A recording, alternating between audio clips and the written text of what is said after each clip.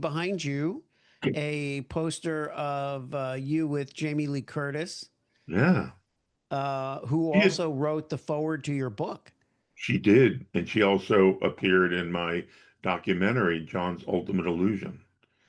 I met Jamie through my IT consulting company. Her assistant had worked for a company that I did their IT, and Jamie was struggling with some of her technology, and they just made an introduction. I remember going over to Jamie's, and she immediately kind of adopted me. She adopted two other kids. Um, Yeah, and she sure. kind of saw something in me that, attracted her. What if the truth came in a gel cap and we could just pop it in our mouths and forget about it? Well, it doesn't. And we can't. But we can laugh in the face of reality while plotting our survival. Welcome to the Truth Tastes Funny podcast. I am your host, Hersh. And if my guests can handle the truth, so can you. Open wide, folks. Here it comes.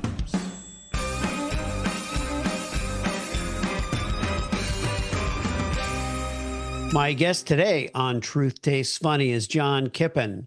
John and I have a long history apart that we share together, and we're going to get into that. He is an entrepreneur. He's a professional magician, which is not how I know him. He's a speaker, a resilience and empowerment coach, and he's a published author. And we'll talk more about his book. John was, though, dealt a rough blow in 2002. He was diagnosed with a large benign brain tumor, but its removal, while successful, left him with permanent facial paralysis. And that stopped his forward momentum at the time. It forced him into hiding for more than 12 years. And as John hit bottom, he rediscovered his childhood love of magic, performing magic, storytelling. Now filled with passion and hope, he's discovered that his facial paralysis had become his greatest superpower.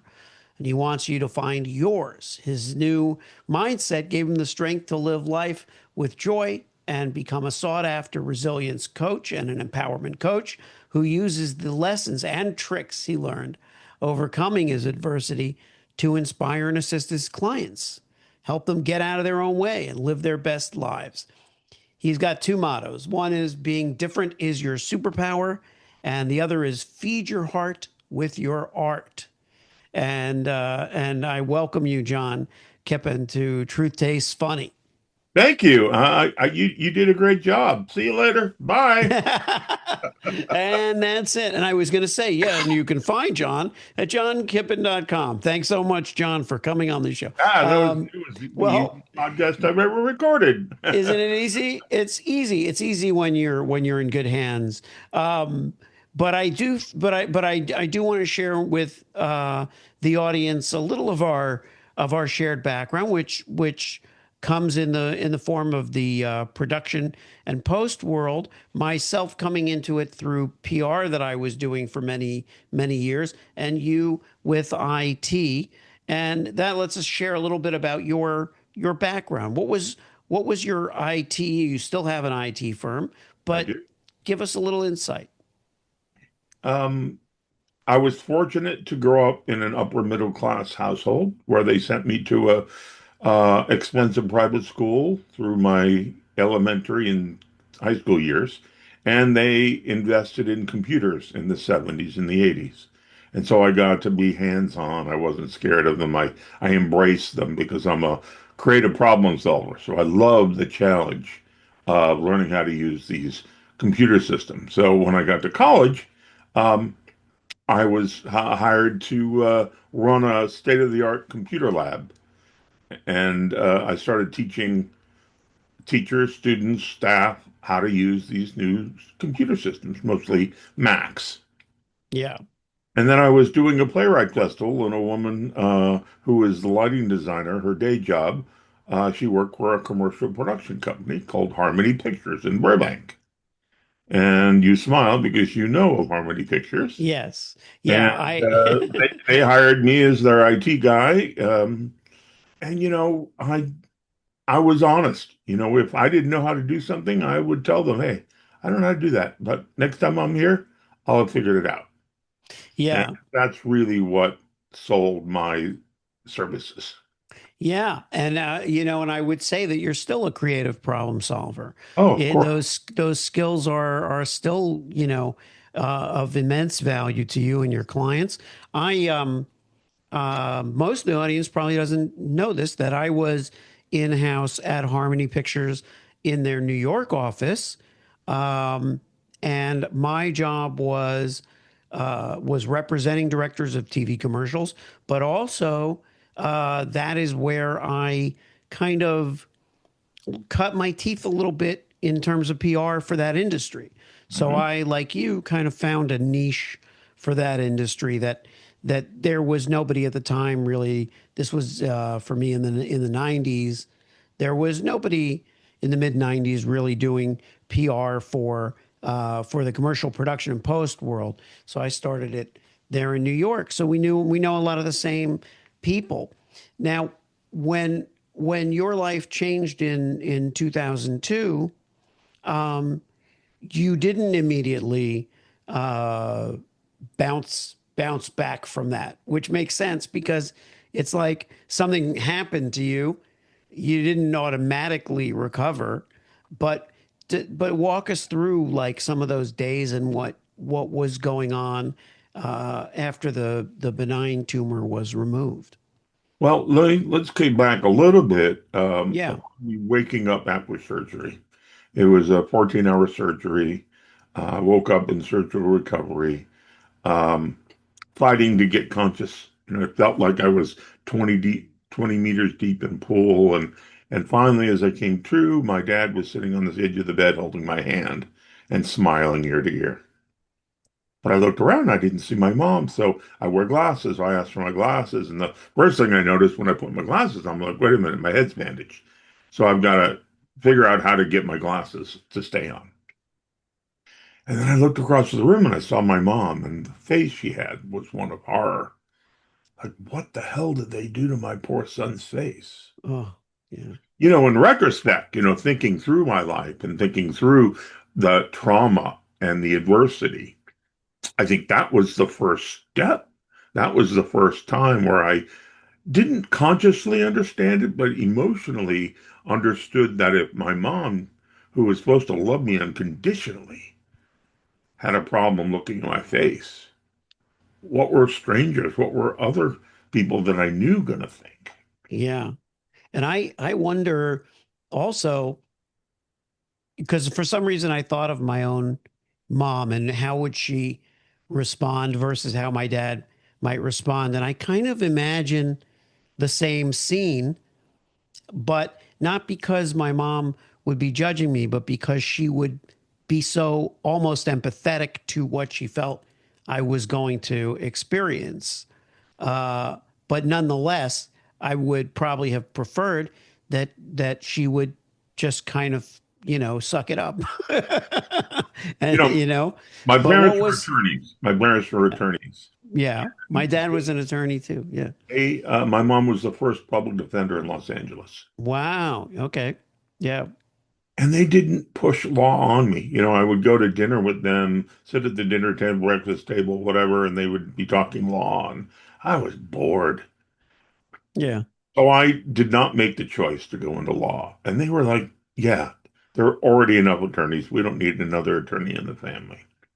And Yeah. they let me decide what I wanted to do. They let me dream. They let me explore options. And I gravitated towards theater because theater, I was an actor. I started out as an actor and then I was a designer. But again, it's all this creative problem solving about how to put on a show for a limited budget. Hmm. And that's really where I got my skills of, thinking outside the box. So creativity was a natural, even though your parents were not in their professions creative. But the fact that they gave you that room is, Yeah. is priceless. Um, and you were in California. You were growing up in California. A lot of us had to move there to get close to the realities of show business, Yeah, which could be pretty yeah. harsh. I was born here. Some of the realities, but you also had I latch onto this kind of through line of creative problem solving because I think that it's integral to all of our progress. How else do we, progress if we're not going to think a little bit outside the box? Yeah, I mean that applies to my magic career, my computer career, my speaking career, my coaching. Everything I do is through the creative problem solving lens. Let's talk a little bit about magic. When did your interest in that I was going to say, when did your interest in deception take hold? But, but I think I had this. I think for me, that's what I loved about magic was being deceived, and knowingly so, but not figuring out how. But go ahead. I was 5 or 6 and I met my uncle for the first time, and he pulled a quarter out of my ear. Uh huh. The beginning of my love for magic. And when he was a New York magician, and he would visit my grandma a couple times a year, and we would get together. And when he saw my passion, my curiosity, my desire to learn more, every year on a birthday or Christmas, there'd be a box from my Uncle Milton. And it'd be a new trick for me to learn. I would tear it apart and read the instructions and learn it. And then when he'd come into town, we'd practice it together. And he'd show me nuances of how to present it and how to, change it up and how to build a story around it. That's fantastic. Then I got a summer job. There was a local magic shop that I could drive my bike to. And I would hang out there on the weekends. And finally, the owner of the shop said, "You want a job?" And hired me to demonstrate magic. So that was amazing, because I got to share what I was good at and attract people to me. Yeah. And I What did was that through high school and college. So yeah, Well, that I find that interesting.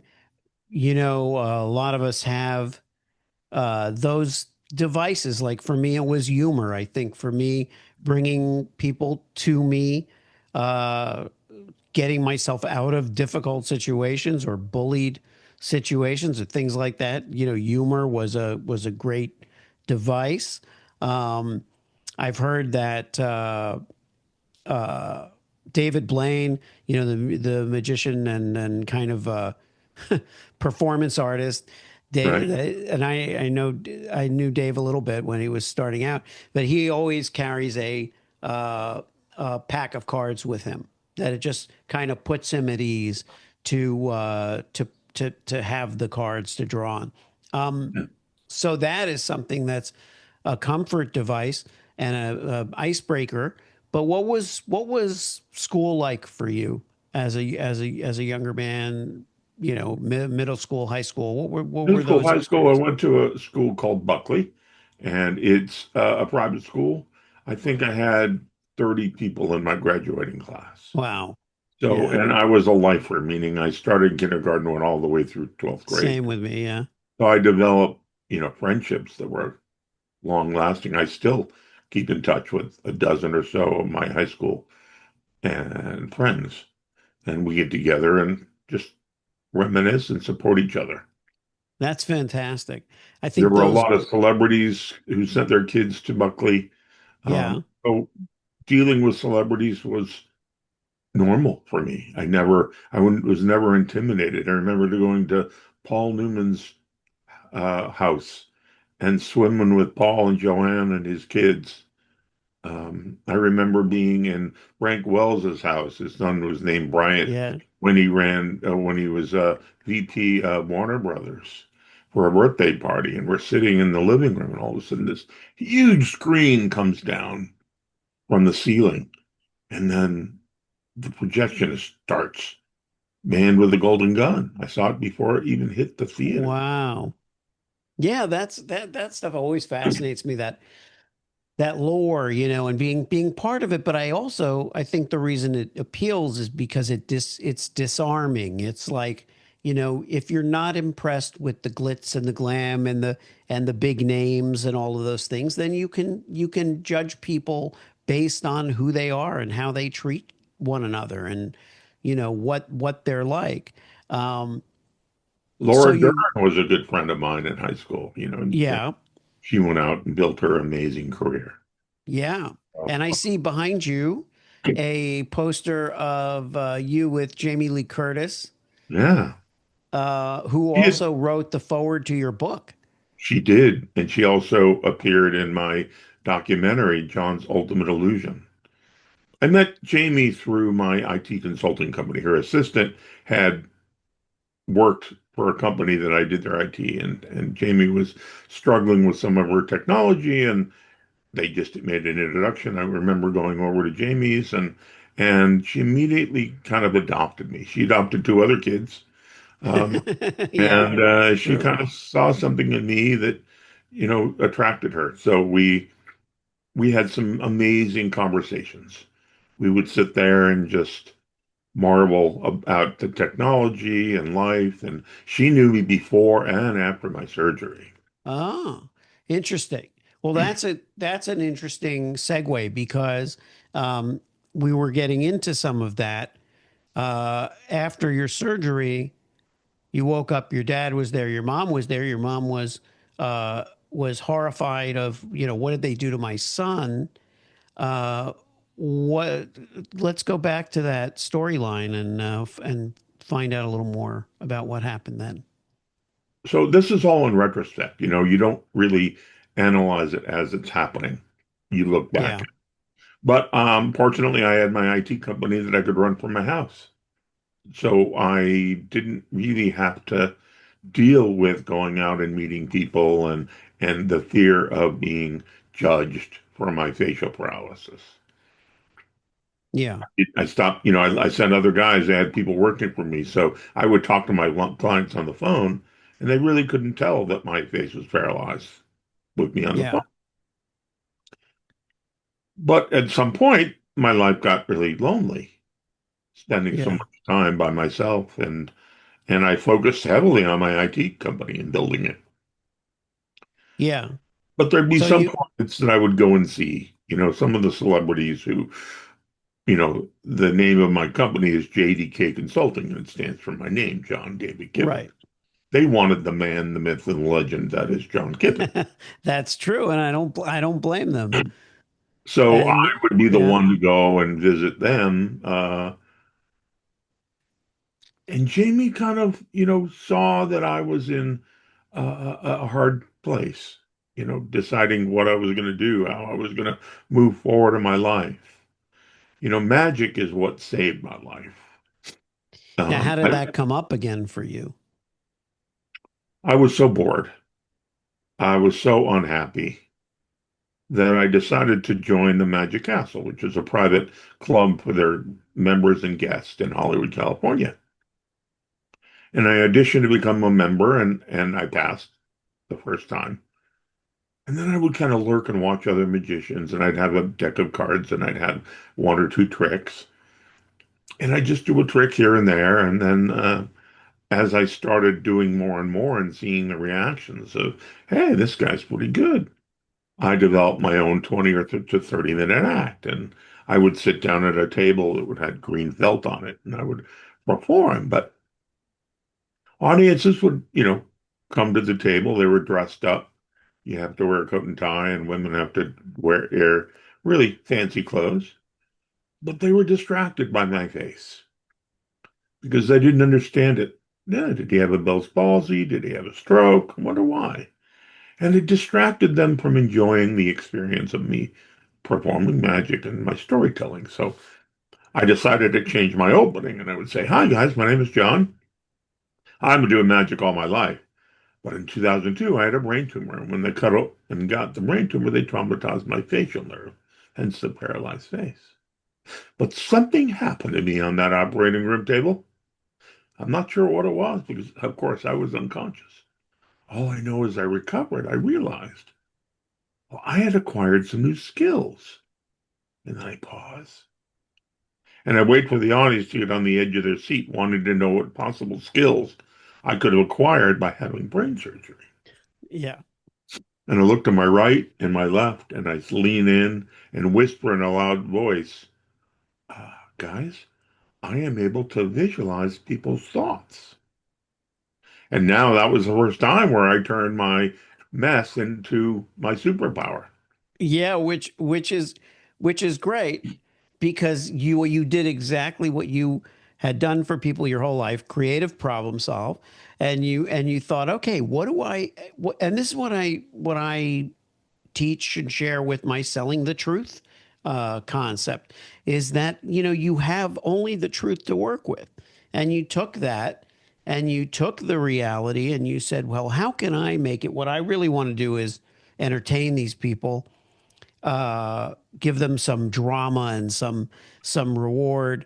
And I'm already good at magic. You already knew you were good at that, and so it was a win-win. It sounds like, but but that led to something else. So that took off actually, right? It did. What separated me from the run-of-the-mill magician, I guess, is that the run-of-the-mill magician would say, make it about themselves. Hey, look what I can do. I was Yeah. all about the spectator. Look what you can do. I'm just the conduit. Like it's you who makes the magic happen. And so I was able to engage the audience and make them put them on a pedestal and give them these powers to make that magical moment happen, which made me memorable, which made the experience memorable. And also, I would share my story through my magic. I talked about the brain tumor and the facial paralysis, and so I shared something personal about myself. So And that became um, more of a like a one-man show in a way. It yeah, sounds like, yeah, right. But it allowed me to be authentic. I didn't have to, my facial difference didn't need to define me if I didn't let it. And of course, this was over a 12-year period. This wasn't a realization I woke up one morning with. mm. I remember going to my first magic convention in 2017, uh, and I was amongst the greatest minds in magic. And I hated taking pictures, and I certainly hated looking in the mirror. But I wanted to remember these moments with these great minds in magic, so I mustered the courage to take photos with them. And August 3rd, 2017, at 9:42 p.m.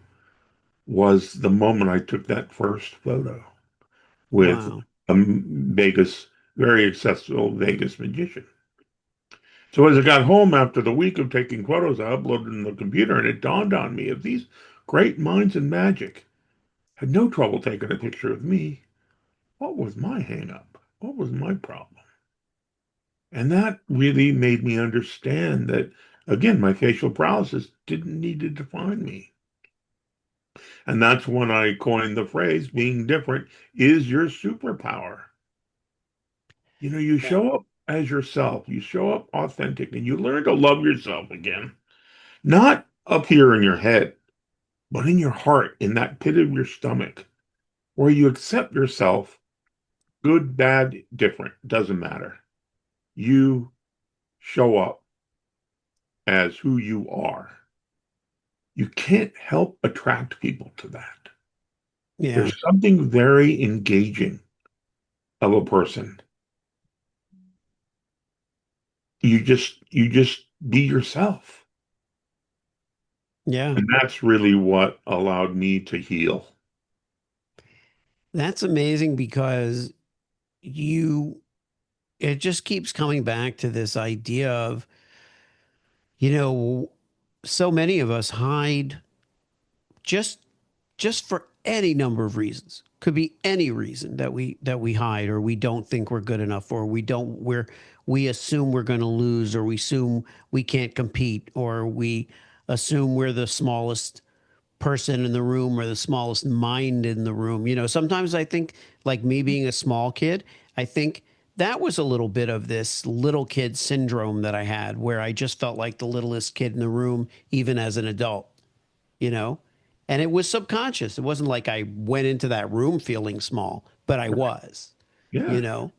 And so now, uh, when did you start to bring this to coaching, to resiliency coaching, empowerment coaching?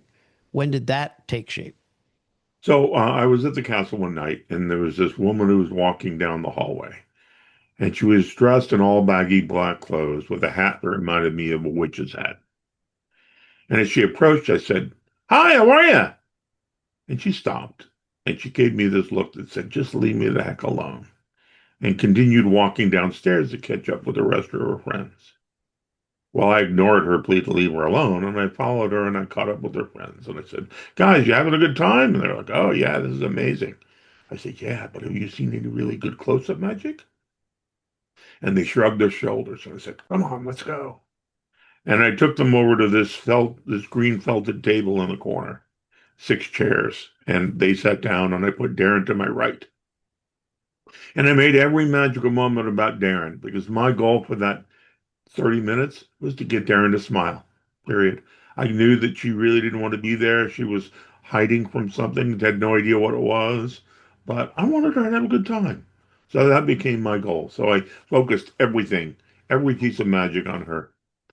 And within minutes, all of a sudden, she sat up straight and she removed that hat and she started smiling and her eyes started to sparkle and dance. And I could tell whatever baggage she brought with her was gone. So I Yeah. finished my show and they applauded. Normally audiences would applaud and get up and move on, but this group wanted more. So I shared that story about how I hid from cameras and mirrors for over 12 years. And that magic convention was where I understood that my face didn't have to define me if I didn't let it. And I stopped hiding and I started celebrating my difference as opposed to hiding from it. And then there Darren stood and she motioned for me to stand, and I did. And she gave me one of these bear hugs that you don't soon forget. It's like you haven't seen your relative, your sister or brother for 20 years. I mean, she was holding on for dear life. And what seemed like minutes was probably only seconds. She stood back and she was crying. And she said, "John, I need to share something with you. 4 years ago, I had a double mastectomy because I have the BRCA1 gene. And my mom, my aunt, and my sister, they all had their breasts proactively removed. And I was the last in the family to go under that surgery. And all of a sudden, I realized I didn't want to come with my friends to this place because I wasn't comfortable in my own skin. And then you started performing and bringing me into your act. And I forgot about everything that was bothering me. And I was just engaged. I was having a great time. But then you said you told your story about how you had hid from so many years, and it made me understand that I've been hiding too by the baggy clothes I wear and the funny hats and my sarcastic sense of humor and not making eye contact.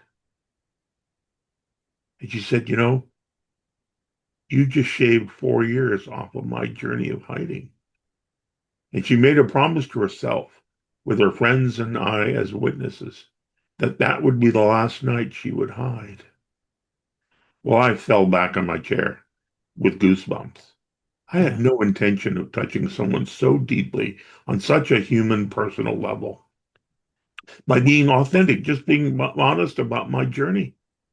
And so Yeah. she excused herself, went to the bathroom, and one of her friends was sitting there with her mouth wide open. She said, "John, you don't understand what just happened. We've known Darren since college, and we've been trying to support her for the last 4 years since her surgery. And you did in 30 minutes what we've been trying to do for 4 years." And in that moment, I understood my calling. I understood how to leverage my story, my overcoming my adversity to support others who are going through something traumatic in their lives and look at it freshly. And that's when I decided to, become a speaker, Yeah. you know, and that led to me being a resilience and empowerment coach. And I have a 14-week program. The first couple of weeks are just building rapport, getting them to trust me so they can open up and share their deepest, darkest fears with me. That takes time, you know, Yeah. for a stranger to just feel that Well, comfort. it seems, John, also like your, it sounds cliche, but like your entire life led up to this because this is who you are. You're a communicator and it served you in all your other incarnations, but it really was part and parcel of just your being. Because I think that if you didn't have that quality, it would not necessarily just appear in that moment at that magic show, that empathy, that wanting to make it your mission to solve this problem for this person, not even knowing what the problem was, but just knowing you wanted that breakthrough. You didn't expect it or demand it or anything like that, but it felt like something that you kind of wanted it to happen. This transformation. I've always lived my life understanding for me that asking forgiveness is better than asking for permission. Yeah.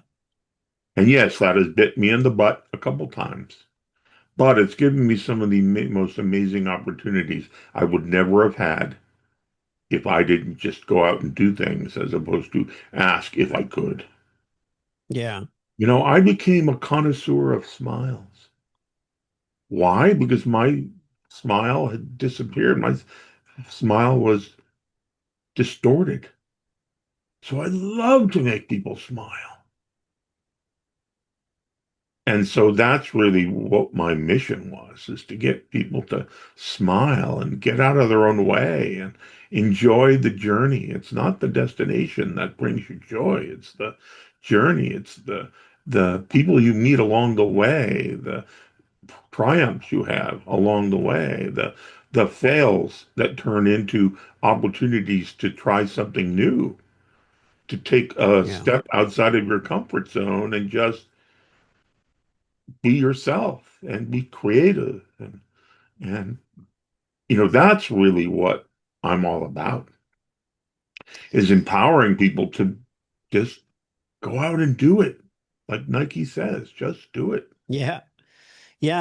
And I will say that while there are dangers in life, there's much less to fear than we think. And we need a little guidance and a little nudge. Now, while I was listening to you recount that experience, I also thought, wow, John's a really good storyteller. Um, and that led me to think about your book. Tell us a little bit about your book. Well, the book is called Playing the Hand You Are Dealt. I One of the things I did when I was recovering from my surgery is I went to a local card club and played poker.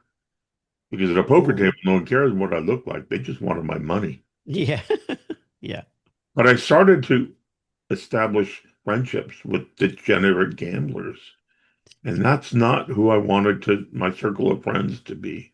yeah, Um, but again, I've always looked for opportunities to uh, try something new, to step outside my comfort zone. yeah, So the book is a memoir full of really amazing stories about how I got caught trying to break into Evil Knievel's truck because I happened to have a key on my key ring that looked like it would fit. And all of a sudden I'm there. I'm probably 7 years old. I'm reaching up, seeing if the key would go in the lock, and it did, but it wouldn't turn. And now all of a sudden the key got stuck. And there I am, feeling that warmth of, holy crap, what did I do now? And then I hear this voice from behind me. What are you doing, kid? And I turn around and it's Evil Knievel himself. yeah. And instead of scolding me, he just politely took the key ring out of the lock and handed it to me. And he said, you remind me a lot of me when you were age, when I was your age. Hmm. And then he went and bought me lunch, and he shared stories about how he was a kid and how he got into riding motorcycles and got to be a daredevil. It was just an amazing afternoon spending with him. My book has QR codes in them, and the digital copy, of course, you just click on a link, um, and it transports you to my website, the secret area of my website, with videos and multimedia of me doing things like my TEDx talk, where I talked about how to treat people who are different with respect and compassion. That TED talk has over 1 million views. Wow. My documentary has 60,000 views and won 3 awards.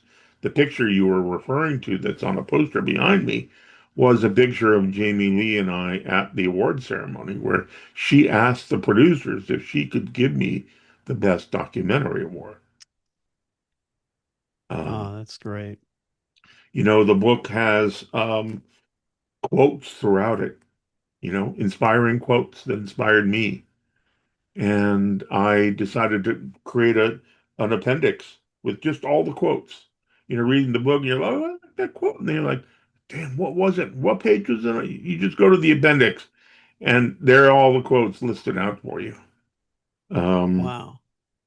Being a theater geek, my book has no chapters. It has acts and scenes. Oh, I love So that. in the intermission, I have an intermission on my book.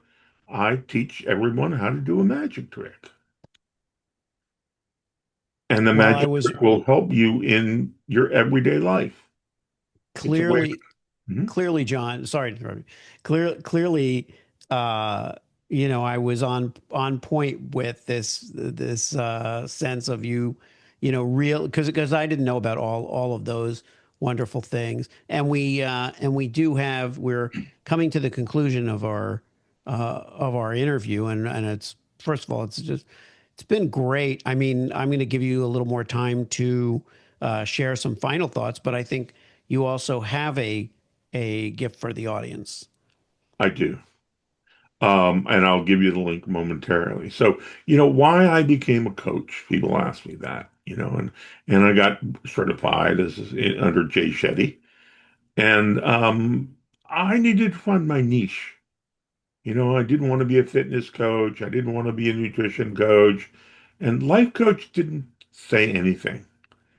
And then I was sitting there thinking about, well, what am I really skilled at doing? Building resilience. And that's what I became. That's why I coined the phrase resilience and empowerment coach. You Google that, you're not going to find very many of us out there. Yeah. And I have in my coaching program, it's a 14-week program, and I talk about the methodologies that I developed as I was coming out of that hole that took me 14 years to learn, that I share them in 14 weeks. And each one is common sense, but it's stuff that you don't think about. It's exercises on breathing and finding a close friend to talk things and brainstorm with, to, you know, having self-care and building self-compassion, learning how to love yourself again. And I get the biggest smile on my face from working with someone, and all of a sudden they have a breakthrough. And I don't, it's funny, I'm a empathetic person. So when I meet someone for the first or second time, I can kind of get a sense of what they're hiding from, but I don't tell them. I lead them through my questions to discover it on their own, because when they discover it on their own, it's their discovery. It's their aha moment. And that is a lasting moment for them. So a lot of times I bite my lip, just waiting for them to come to that realization. But once they do, I see this transformation. I see this breakthrough. I see this hope.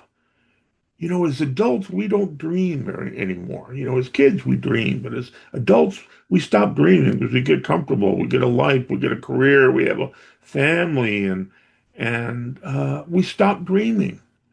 And one of the exercises we work on is, you know, close your eyes and you have no limitations.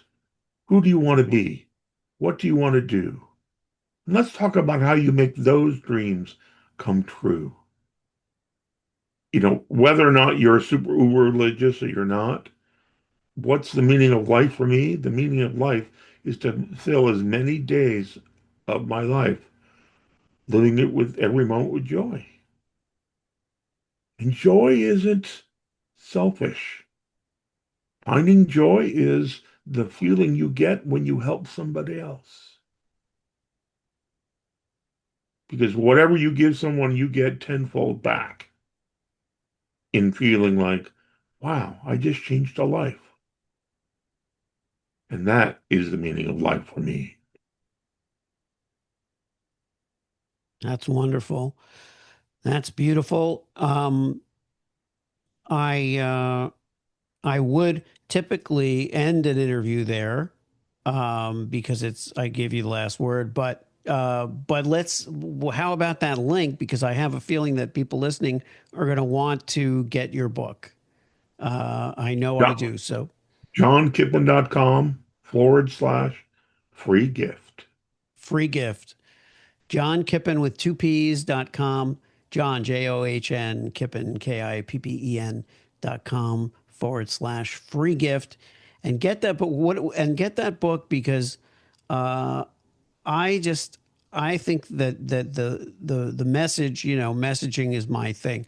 I think the message really shines through of empowering people to not only act on their dreams, but also to recover their ability to dream, because so many people just kind of you're right. You become an adult and the dream factory shuts down. Every impulse we talked earlier about, parents trying to protect us. In many ways, sometimes they shut the dream factory down because they don't want you to be disappointed. They don't want you to to feel like it didn't work out, and therefore, if you don't dream, you can't be disappointed. But that's not really the way it works. There As is no failure. Yeah, It's just an opportunity to try something different. yeah. Look at something from a different angle. Well, thank you so much, John, for coming on, and it's great to reunite with you in a way. By the way, I feel like we met at a party at the home of our mutual friend and client David Cornell. Oh, yeah. And I because I remembered you once you started talking about and this would have been this yeah, this would have been, around that time. So, in any event, I look forward to seeing you again and again. And thank you again for coming on Truth Tastes Funny. This has been amazing. Thank you so much. Thanks so much for tuning into Truth Tastes Funny.